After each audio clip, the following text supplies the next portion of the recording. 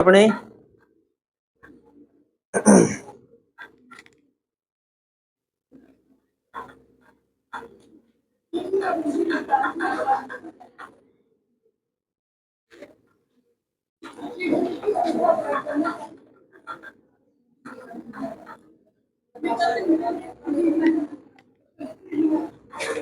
चलो भाई पूर्वी घाट की अपने बात करते हैं आज।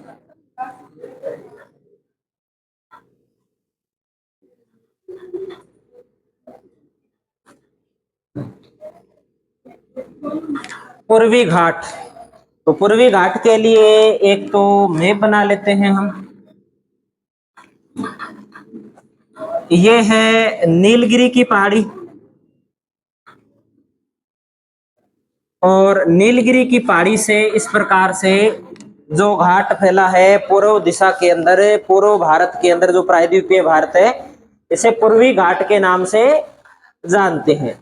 और ये जो पूर्वी घाट है, इस पूर्वी घाट का जो विस्तार है, पूर्वी घाट का जो विस्तार है वो उड़ीसा से लेकर के और तमिलनाडु तक है। विस्तार कहां से कहां तक है? तो उड़ीसा से तमिलनाडु तक है। एक ये बात हम इसमें ध्यान में रखेंगे। अगली बात करते हैं कि इस घाट की लंबाई कितनी है। तो लिखिए लंबाई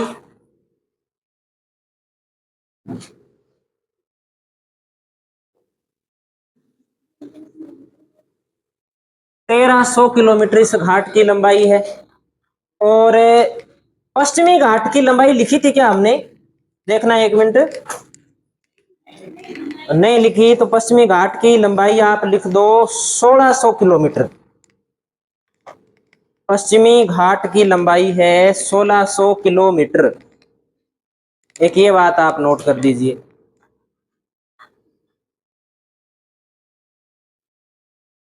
दूसरी बात इसमें लिखते हैं, यह भारत के, यह भारत के पूर्वी तट पर स्थित है। ये भारत का पूर्वी तट है, और पूर्वी तट के पास में जो एक श्रृंखला फैली है उसे हमें पूर्वी घाट के नाम से जानते हैं।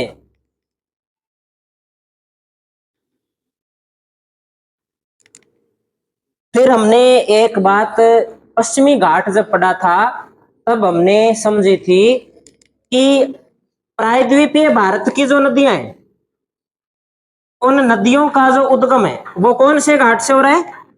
पश्चिमी घाट से। और वो नदियां किस ओर बह रही है? पूर्वी घाट की ओर बह रही है। अब जो यहां से इस साइड से जो नदियां आती है ना, जो इस प्रकार बहती है इधर, वो बंगाल की खाड़ी में गिरती है। जब बंगाल की खाड़ी में गिरेगी तो वो नदियां इस पूर्वी घाट को काटेगी कि नहीं काटेगी? काटेगी।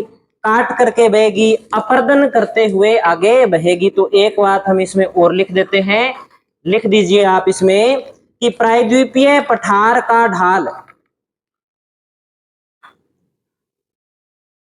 प्रायद्वीपीय पठार का ढाल पश्चिम से पूर्व की ओर होने के कारण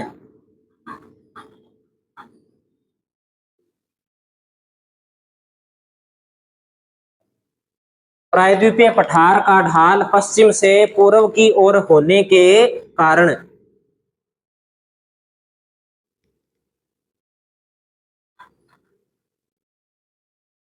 यहां बहने वाली नदियां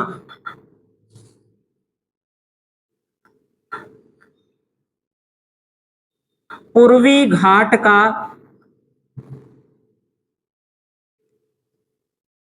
पूर्वी घाट का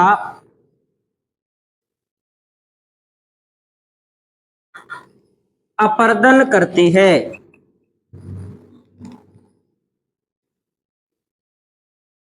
पूर्वी घाट का अपर्दन करती है।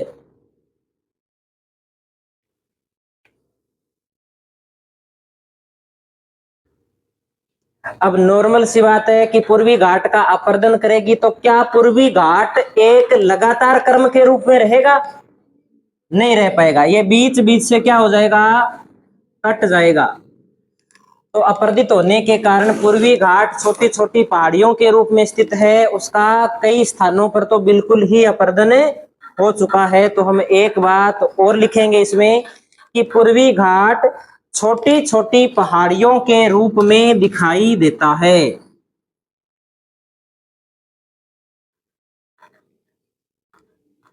पूर्वी घाट छोटी छोटी पहाड़ियों के रूप में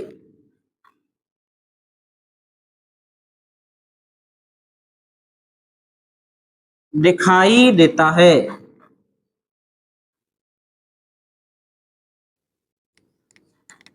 पूर्वी घाट छोटी छोटी पहाड़ियों के रूप में दिखाई देता है। क्यों दिखाई देता है?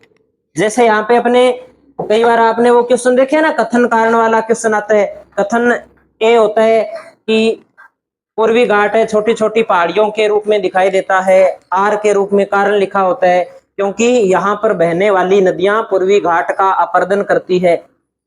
फिर ऑप्शन होते हैं कि कथन ए व कारण आर दोनों सही है, और जो कथन है वो कारण की व्याख्या कर रहा है। दूसरा कथन ऐसे भी हो सकता है कि ए व आर यानी कि कथन और कारण दोनों सही है, लेकिन कारण है वो कथन की व्याख्या नहीं कर रहा है। फिर ऐसे भी हो सकता है कि कथन सही है कारण गलत है। फिर ऐसे भी लिखा हो सकता है कि कथन गलत है कारण सही है। इससे बड़ा सा क्वेश्चन आ जाता है, कई बार रीजनिंग में भी आते हैं ऐसे क्वेश्चन, है ना। तो वो वाला क्वेश्चन इन लाइनों से बन रहा है कि पूर्वी घाट है वो छोटी छोटी पहाड़ियों के रूप में दिखाई देता है। कारण है कि पूर्वी घाट का क्या है, नदियों के द्वारा अपर्दन हो जाता है, और अपर्दन होने का कारण क्या है कि प्रायद्वीपीय पठार का ढाल पश्चिम से पूर्व की ओर है। यहां से ऐसे बड़ा क्वेश्चन भी बन सकता है। चलो आगे बात करते हैं। इसके बाद हम विस्तार हमने वहां लिख लिया कि उड़ीसा से लेकर तमिलनाडु तक इसका विस्तार पाया जाता है। औसत ऊंचाई लिखते हैं इसकी। औसत ऊंचाई है 615 मीटर। औसत ऊंचाई 615 मीटर।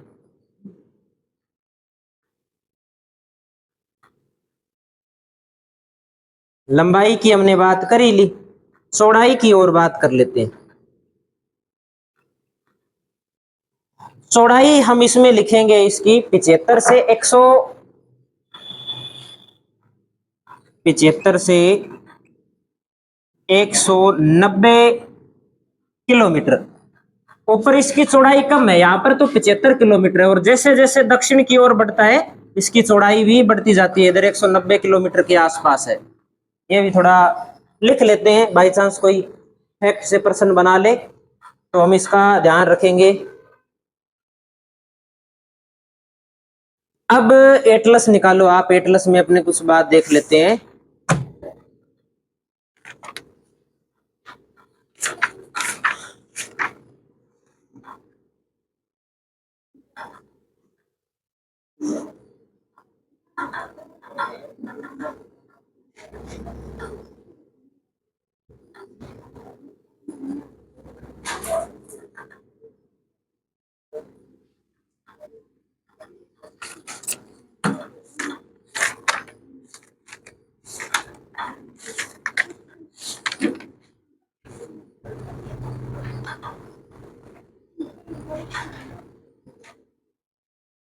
एक मैप भी बनाएंगे साथ साथ में अपने।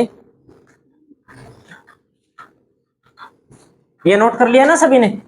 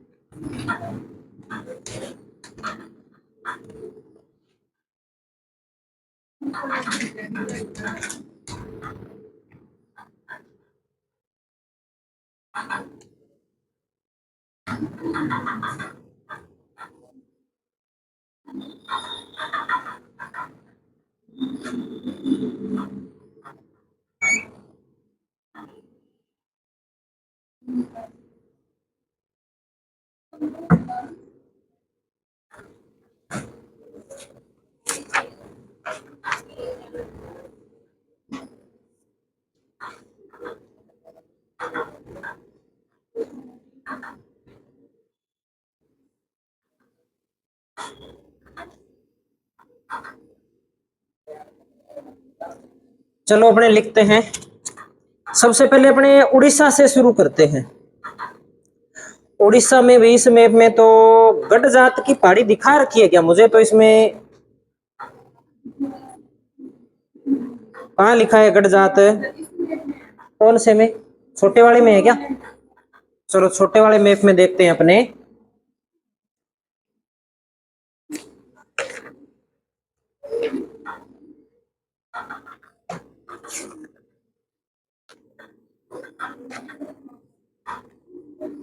देखो गढ़ जात की पहाड़ी, गढ़ जात की पहाड़ी, यहां हम एक पहाड़ी बना लेते हैं इस प्रकार से। इस पहाड़ी का नाम है गढ़ जात पहाड़ी। अगर अपने से कोई पूछे कि पूर्वी घाट की जो उत्तरी सीमा है वो कहां पर है, तो कौन सी पहाड़ी है? गढ़ जात पहाड़ी। मिल गई सभी को गढ़ जात पहाड़ी? ठीक है। इस गढ़ जात की पहाड़ी के बाद में एक पहाड़ी आती है जिसे अपने बोलते हैं महेंद्रगिरी की पहाड़ी, और उसी की चोटी भी है महेंद्रगिरी। महेंद्रगिरी की पहाड़ी की सर्वोच्च चोटी भी कौन सी है? महेंद्रगिरी। तो हम एक लिख देते हैं यहां पर, महेंद्रगिरी पहाड़ी। महेंद्रगिरी पहाड़ी भी मिल गई सभी को? ठीक है। महेंद्रगिरी के बाद में हम आगे चलते हैं। इस मैप में तो नहीं दे रखा।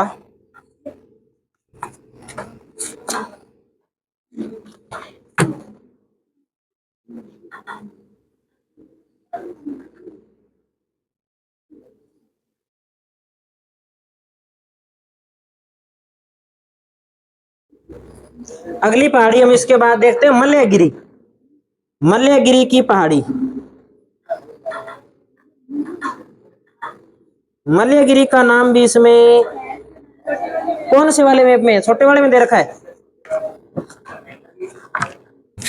महेंद्रगिरी से ऊपर कैसे कर दिया इसको?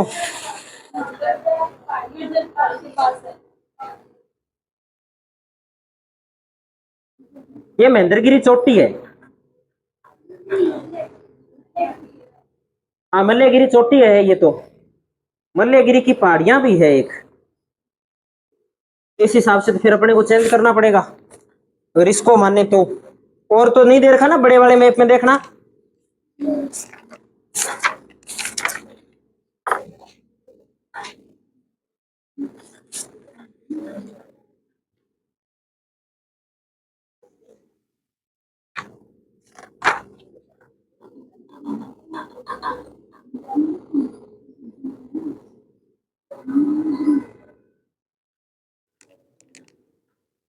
इसमें गढ़ जात पहाड़ी, गढ़ जात पहाड़ी के बाद में मलयगिरी, मलयगिरी चोटी के रूप में दिखा रखा है ना। उस प्रकार से तो नहीं बता रखा, तो फिर अपने चेंज करते हैं थोड़ा, इसी को मान लेते हैं अपने। मलयगिरी लिखते हैं। मलयगिरी के बाद में अपने महेंद्रगिरी लिख लेते हैं। मलयगिरी, मलयगिरी के बाद में महेंद्रगिरी। मलयगिरी के बाद में कौन सी पहाड़ी है? महेंद्रगिरी। महेंद्रगिरी के बाद कौन सी दे रखी है? ये आपको काम क्यों करवा रहे हैं? ये काम आपको इसलिए करवा रहे हैं कि आप अब कभी भी गलत नहीं करोगे। इस सबसे ऊपर कौन सी पहाड़ी है? गढ़ जात की पहाड़ी है। देखो महेंद्रगिरी के बाद में एक तो उत्तरी सरकार से तट बता रखा है इसने, और इधर एक पठार बता रखा है, दंडकारण्य का पठार। तो पठार में आएगा, पूर्वी घाट के अंदर नहीं आएगा। हम पहाड़ी देखते हैं, हमें कोई नल्ला मलाई की पहाड़ी, पालकोंडा की पहाड़ी, है ना, उन पहाड़ियों को अपने देखते हैं।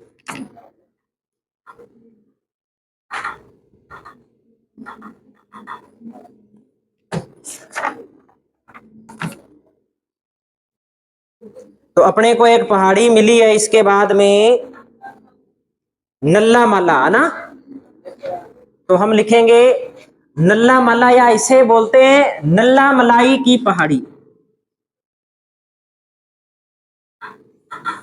नल्ला मलाई। और इसके बाद हम नोट करेंगे, इसके बाद में कौन सी पहाड़ी है, एरामाला तो बीच में रहेगी, उधर हम जाएंगे नहीं। इसके दक्षिण के अंदर है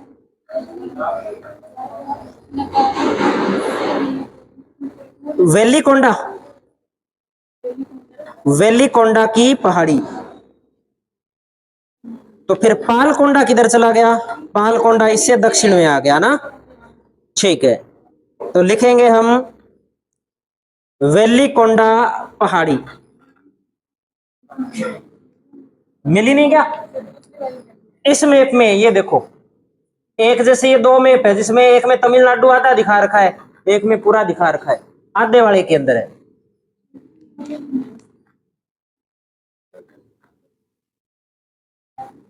वेलिकोंडा, और वेलिकोंडा के बाद में पालकोंडा, पालकोंडा पर्वत श्रेणी दे रखी है, तो पालकोंडा हम लिखेंगे। एक बात और देखें क्या इनके साथ में, इसमें गढ़ जात की पहाड़ी कौन से राज्य में है, उड़ीसा के अंदर है, बिल्कुल सही। और इसके बाद में कौन सी पड़ी थी, महेंद्रगिरी और मलयागिरी, ये भी कहाँ है, ये भी उड़ीसा के अंदर है। तो ये जो तीन पहाड़ियां पड़ी है, ये किसमें है, उड़ीसा में है। और उसके बाद में ये नल्ला मलाई, वेलिकोंडा, पालकोंडा, ये जो हम पढ़ रहे हैं, ये कौन से के अंदर है, तो ये आंध्र प्रदेश के अंदर है, ये है आंध्र प्रदेश में। तो लिख देंगे, ये जो पहाड़ियां आ गई तीन, ये है आंध्र प्रदेश में, ये पहाड़ियां कहाँ हैं, आंध्र प्रदेश में स्थित है। चलें आगे फिर इसके बाद,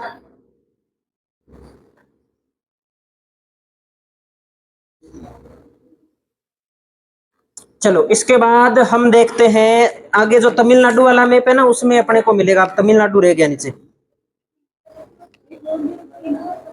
कौन सी, नगारी की क्या, तो नगारी किस में आएगी, पुलिकट झील के पास में है।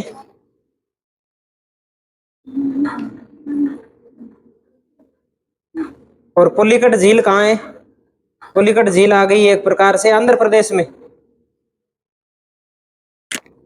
तो ये पहाड़ी है लगभग यहां, तो इसको अपने किस में शामिल करें, एक मिनट अपने गौर से देख लेते हैं थोड़ा सा।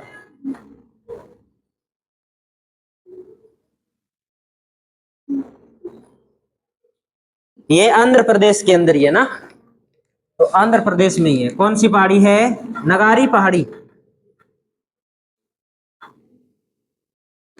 इसका कोई किताब में तो ज्यादा जिक्र मिलता नहीं, एटलस में इसे दे रखा है।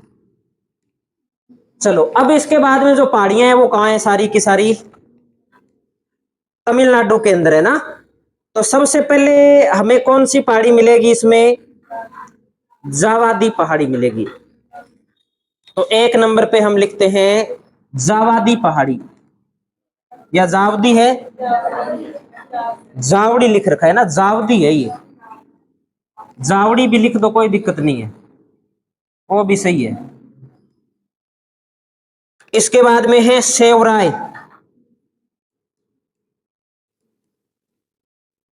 सेवराय की पहाड़ी। और सेवराय के बाद में पंचमलाई है क्या, पंचई मलाई, सही है, पंचमलाई लिख दो अपने, पंचमलाई पहाड़ी। तो ये पहाड़ियां 3 कहाँ हो गई? तमिलनाडु में।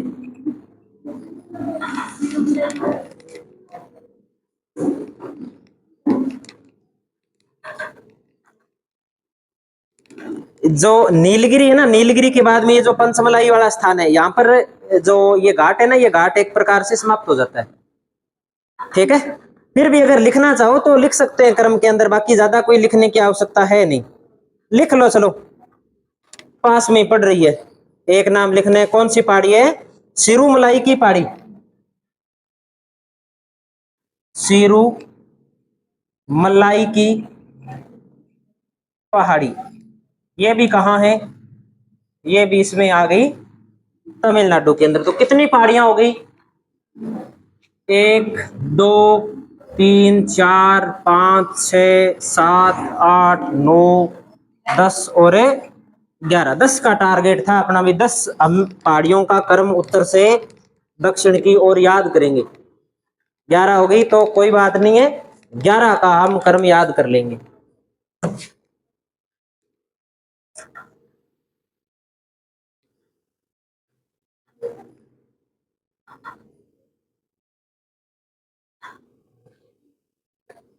आराम से नोट कर लो, कोई गलती नहीं करनी है अपने को।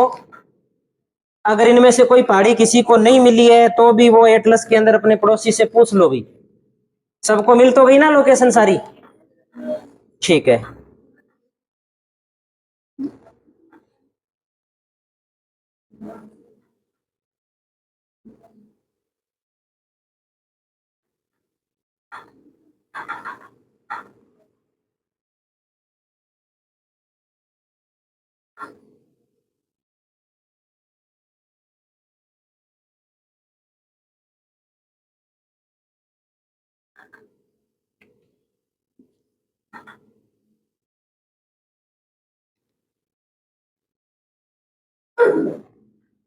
अब हम देखते हैं इसकी जो पूर्वी घाट है, इसकी सर्वोच्च चोटी देखें एटलस में।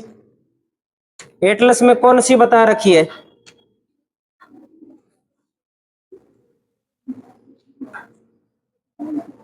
देखना कौन सी चोटी है। पंचमलाई से लेकर के गढ़ जात की पहाड़ियों तक सबसे ऊंची चोटी कौन सी है? महेंद्रगिरी कितनी है? 1501। ठीक है। मल्लयगिरी कितनी है? 1187। एक कोई सिंगराजू बता रखी है 1516।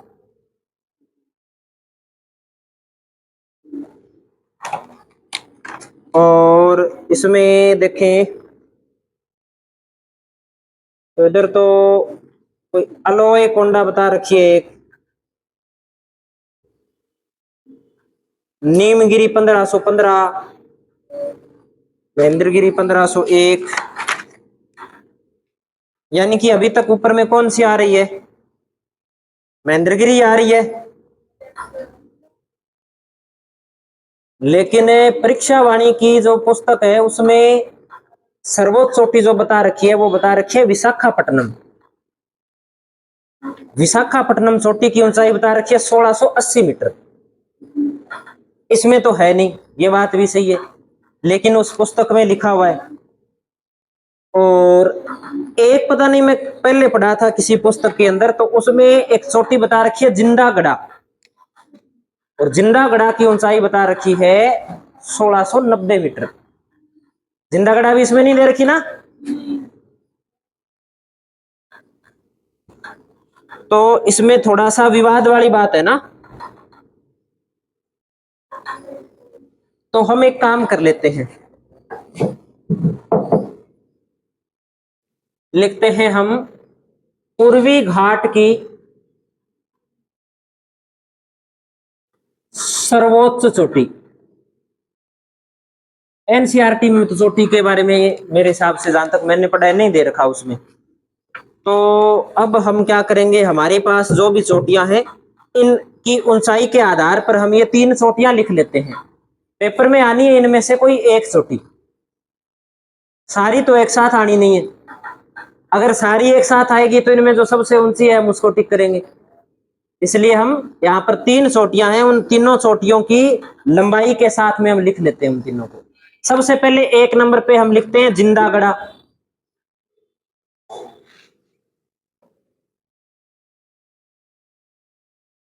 इसकी ऊंचाई है 1690 है ना, 1690 मीटर। दूसरी कौन सी है? विशाखापट्टनम। इसकी है 1680। और एक हमने कौन सी पढ़ी है? महेंद्रगिरी। महेंद्रगिरी की कितनी बता रखी है? 1501 मीटर। इन 3 चोटियों की ऊंचाई हम लिख लेते हैं। इनमें से जो भी चोटी आ जाए ऑप्शन के अंदर वो चोटी हम लगा देंगे।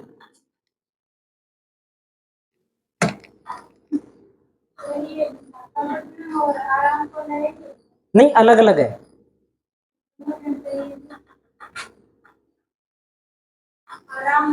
आराम कोंडा क्या? एक मिनट देखते हैं।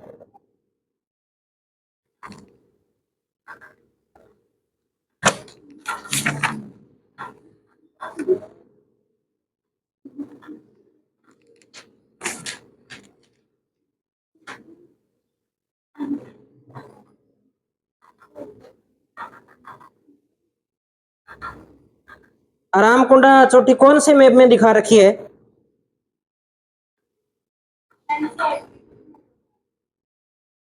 एनसीईआरटी वाली बुक में दे रखी है क्या? आपके पास है अभी बुक? कौन सी क्लास वाली है? 11वीं वाली है? चलो फिर मैं देख लूंगा एनसीईआरटी के अंदर, चेक कर लेंगे अपने। हो सकता है फिर इसी का नाम हो, और उसमें दे रखा है तो ऊंचाई एक जितनी है। तो एक मैंने कल भी कोई काम बोला था आपको, क्या काम था कल? सफेद हाथी नहीं बोला, सफेद हाथी बोला था क्या? पेड़ के अलावा भी एक काम और बोला था। पेड़ वाला तो लास्ट वाली क्लास में था। पहली क्लास में क्या बोला था? क्या ढूंढने के लिए बोला था?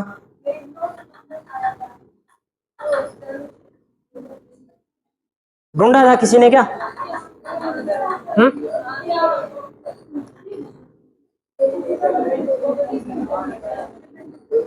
दो तीन काम बोले थे आपको, एक काम मैंने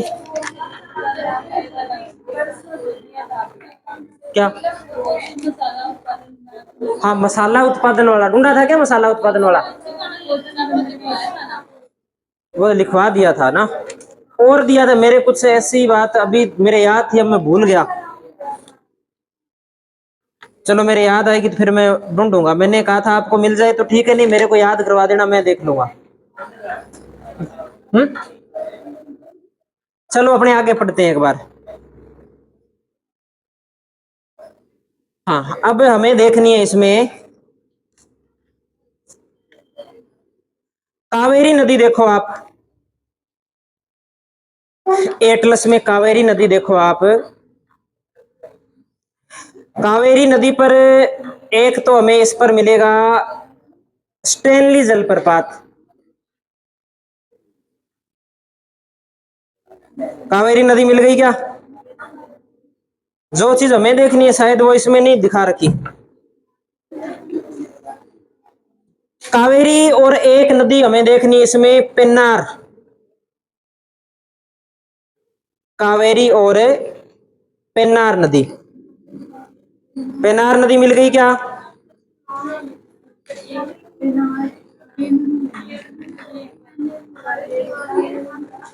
ये रही अपने कावेरी। पेल्लार है, कोई बात नहीं, पेल्लार है तो भी एक ही बात है। एक पेवर वो कहाँ? ये अलग है और ये अलग है,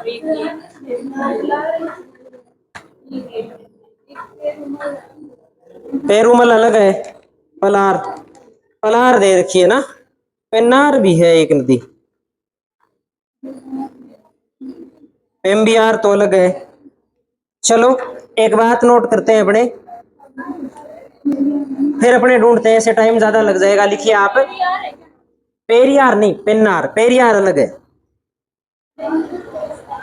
पेम्बियार अलग है। चलो अपने एक बात नोट कीजिए, लिखिए कावेरी व पेन्नार नदियों के मध्य का क्षेत्र।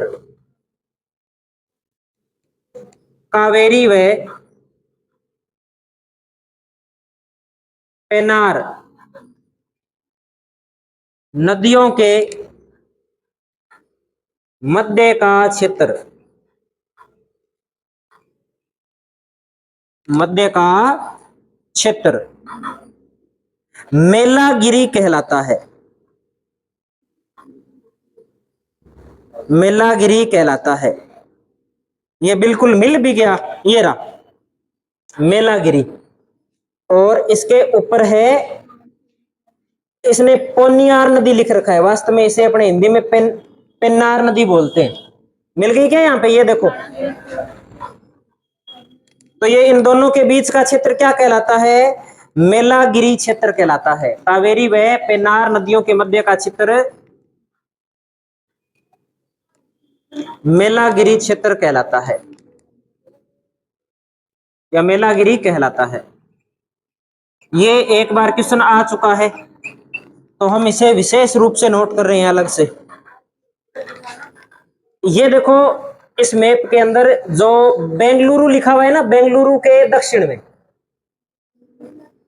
बेंगलुरु के दक्षिण के अंदर दिखा रखा है यहां पर, ये देखो इस जगह। हाँ, मिल गया ना, ठीक है। और हमने ये भी देख लिया कि इसके एक और तो पेन्नार नदी है, और दक्षिण की ओर कौन सी है? कावेरी नदी है।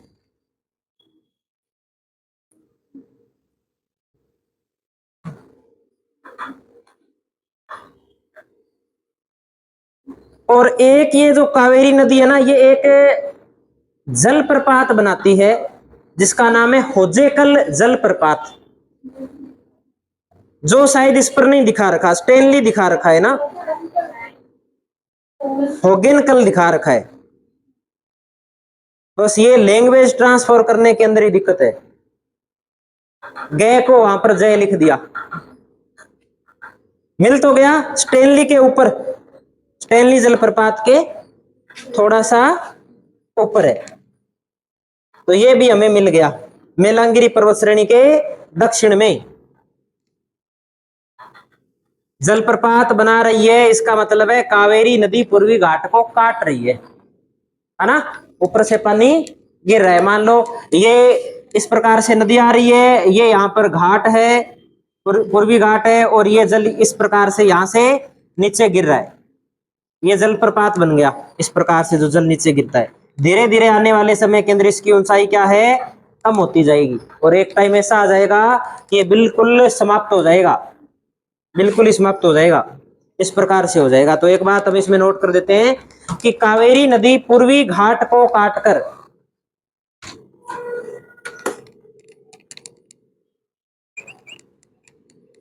कावेरी नदी पूर्वी घाट को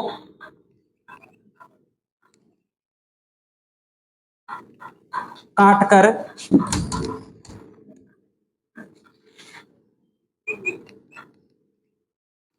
एटलस में क्या नाम लिखा है? होगनेकल लिखा है क्या? होगनेकल,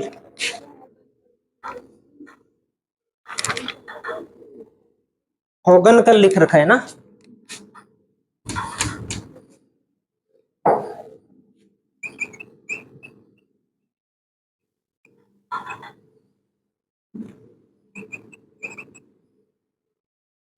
या होजेकल भी लिखा हुआ तो भी सही है। जल प्रपात का निर्माण करती है, निर्माण करती है।